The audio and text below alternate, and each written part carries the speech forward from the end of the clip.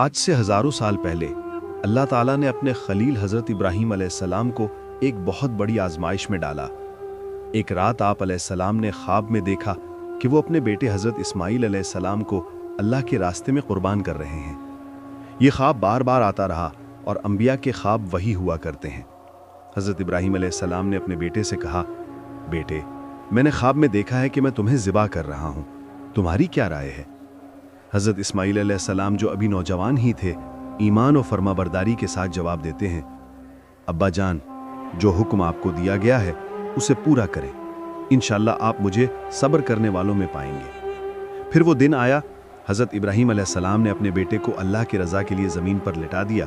दिल कांप रहा था मगर ईमान मजबूत था। छुरी चलाई, लेकिन ये अल्लाह का मोजज़ा था कि छुरी ने काटा ही नहीं। उसी वक्त आसमान से निदा आई, ए इब्राहीम, तुमने ख्वाब को सच कर दिखाया। ये अजीम आजमाइश थी और तुम कामयाब हो गए। फिर एक खूबसूरत सफ़ेद मेंढा जन्नत से भेजा गया और उसी को ज़िबाह किया गया। यूं अल्लाह ताला ने हज़रत इब्राहीम अलैहिस्सलाम और हज़रत इस्माईल अलैहिस्सलाम की कुर्बानी को क़यामत तक यादगार बना दिया।